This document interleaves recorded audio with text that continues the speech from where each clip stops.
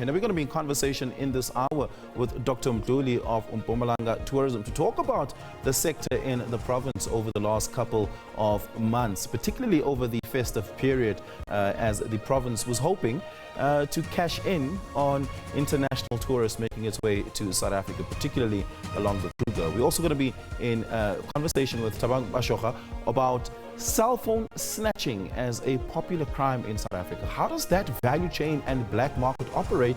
And do you actually have the ability to recover your cell phone once it enters that value chain? That conversation coming up in this hour as well. But let's start with this. Mpumalanga government says it has strengthened safety measures to ensure the safety of tourists. The provincial government made the announcement 4 weeks ago when they launched the Festive Season Tourism Campaign. Director for Mpumalanga Economic Development and Tourism Department, Dr. Mdluli, joins us now to talk about this. Dr. Mdluli, good afternoon. Thank you so much for your time. Really do appreciate it.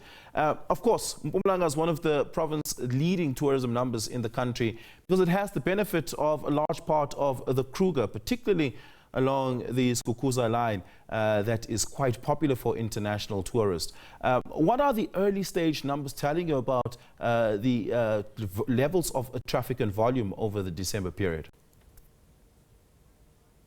Good morning, Oliver, and good morning to your viewers at home. And let me say compliments of the new season to you and your viewers at home.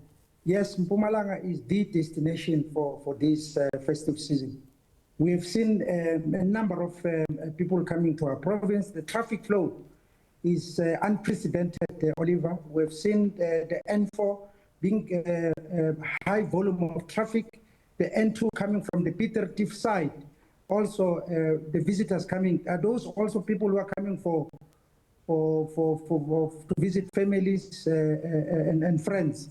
We've seen a lot of the people from the nearby countries, Mozambique and Eswatini, visiting our province as they normally do. So we are confident that the numbers have grown from the previous year. Yeah. Let's talk about the infrastructure and safety measures that are critical to the success of any sort of tourism sector in South Africa. The province had announced some level of security measures for tourists coming into the province. What were those, and have we had sort of any adverse incidents pertaining to tourists in December? Well, we've had an incident.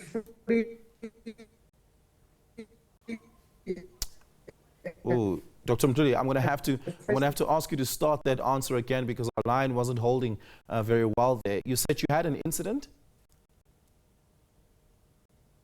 We've had an incident-free festive season from the 1st of December 2025.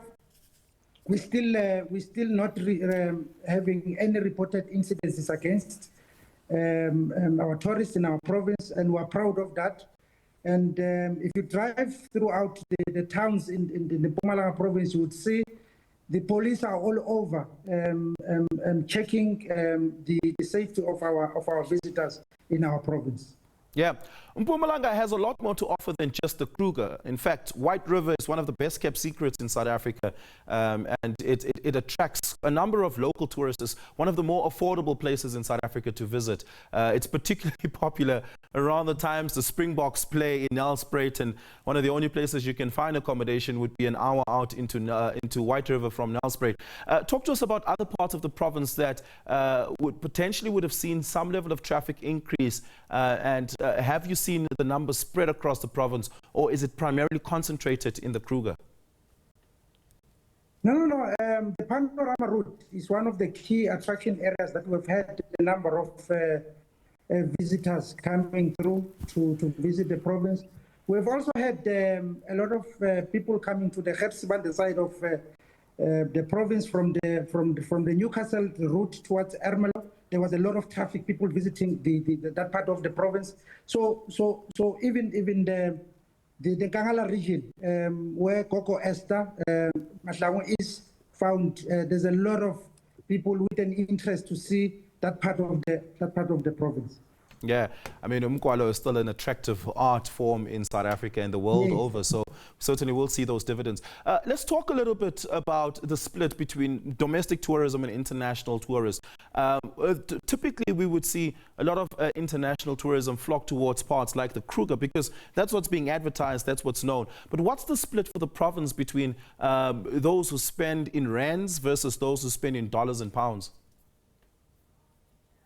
Look, those who spend in rents, we prioritize them because they are our key, they are bedrock of our tourists. So we concentrate on those. There's a lot of domestic tourists who come to our province, especially from Gauteng, from Cape Town, from KZN.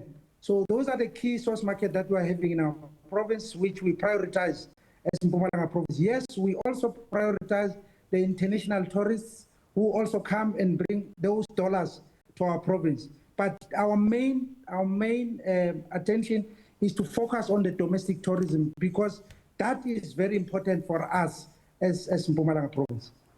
Yeah, and just lastly, what is the growth plan for the rest of the year, particularly in the down season that's about to come just after that long Easter weekend? No, we are ready to welcome the visitors in our province. Let me also say that we will also be part of the 100-year Kruger centenary celebration. So we're gearing ourselves to be part of that particular program to be able to attract a lot of visitors to our province. We also want to tell the people outside of Mpumalanga that Mpumalanga is the area to visit during the Easter season. Yeah, well, we're going to have to leave it there. Thank you so much for your time. Really do appreciate it. Dr. Mdluli, who is the Director for the Mpumalanga Economic Development and Tourism Department.